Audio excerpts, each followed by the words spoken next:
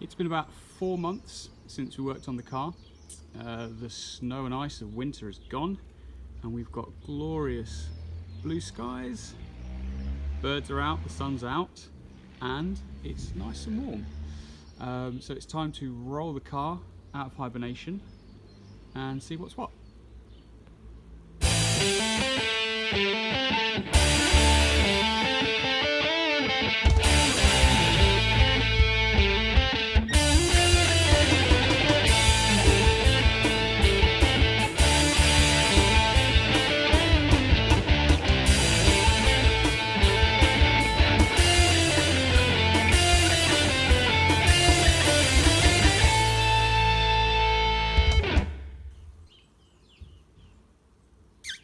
Hey kitty, hey buddy. Oh, he's off. Right, to more important matters. The radiator. It's not until you put the front bumper on and the crash bar, just behind there, that you get an idea of how far back the engine actually is and how much space we have to play with at the front. It's absolutely huge.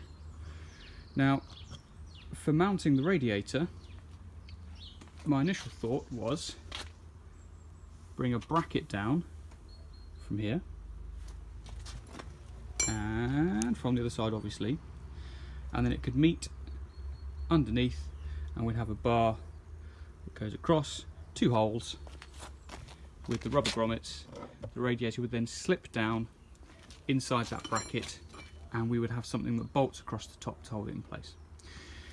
However, I'm now thinking, if we go all the way around, that we may be able to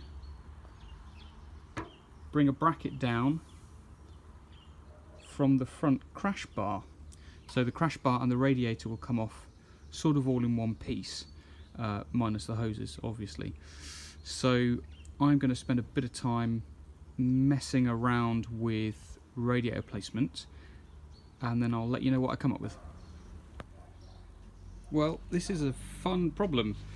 The radiator is so deep that with it lined up across the top, obviously it's a funny angle now, but if you have it flat right across the top here, so just underneath where the bonnet will lie, the bottom poked out below the bumper and in fact was the lowest point of the car, lower in fact than the sump, and I don't think having the bottom of an alley radiator the lowest point of your car is a good idea. So we are going to have to put him at a bit of an angle, which is no problem at all, and in fact, I'll spin round, we should be able to make little tabs off the steering rack mounts because they line up actually quite close to where the tabs are on the radiator. So if we put some small extensions, we should be able to slot the radiator in, lean it forward, and then have some little brackets that it can tuck in at the top. So that is the plan. So it's time to mark, cut and weld some steel. I think it's fair to say that is not the prettiest radiator bracket that man has ever made, but it will do the job.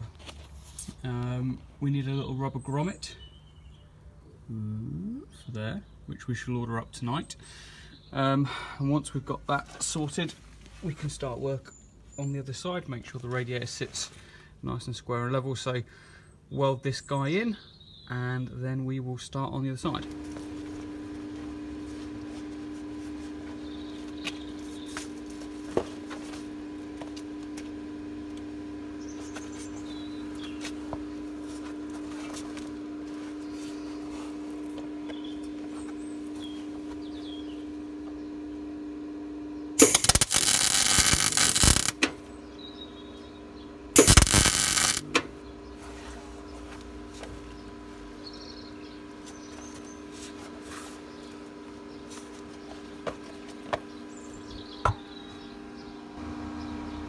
So just a quick tack weld just on the corner to hold it in place. And we've got another one. I can focus just on that corner. Now the plan is still to take the subframe out. Look at the state of it, it's absolutely disgusting. Take this out, clean it, and then I can weld this in all directions. We want to weld the insides of these brackets for the steering rack. That's terrible filming, you can't see. Also, all these need cleaning back and welding in because they're just spot welded in. So for the moment, this will do. That guy there, that's fine for the minute. And it just allows us to put the radiator in and then start working on the other side. It's a new day and we have something new to work on. The lower radiator brackets are now in, as you can see. The last thing that needs welding in place before we can take the engine, the box out and then drop the subframe is the subframe part of the engine mounts.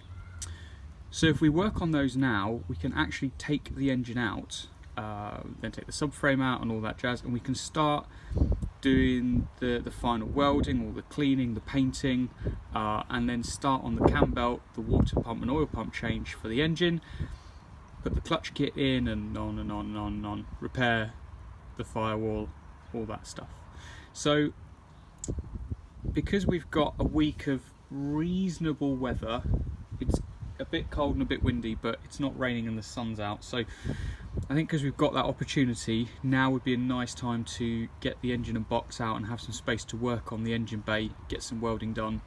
The inside of the car is gross.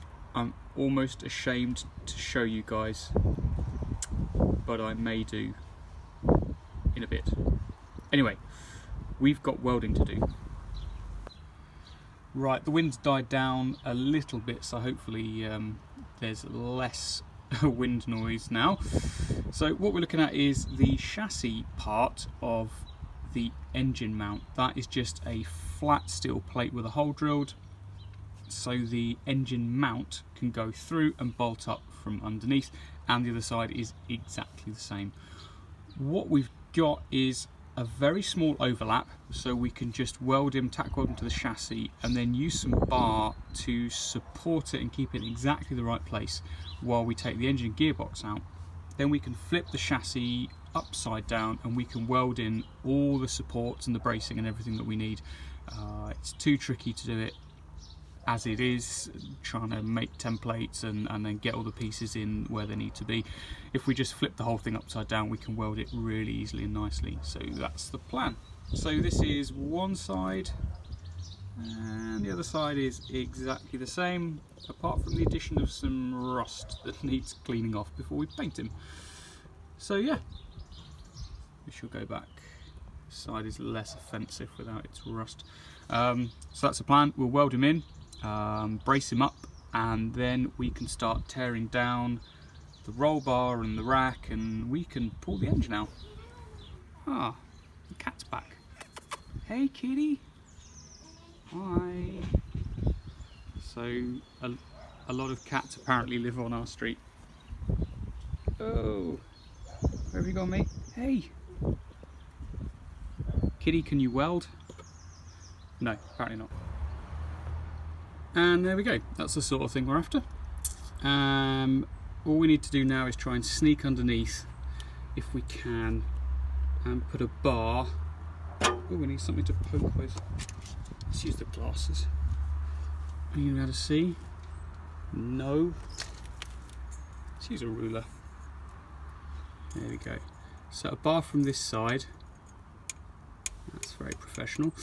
Down at a 45-degree angle, there or thereabouts, to the bottom of the chassis. That should stop it moving, because we want these completely flat as they are exactly at the moment. As we take the engine out, just in case we knock them as the engine's kind of moving around as we take it out. But that's it. So apart from that, the engine's ready to come out. So that is going to be it for this episode. We've managed to weld in some lower radiator support brackets and put in part of the engine mount bracket to the chassis. So not too bad, not super exciting stuff, but it all needs to be done. So next episode is tear down of the front end, and we are pulling the engine out for camber change and all the other bits and bobs that go with it. So I'll see you guys then.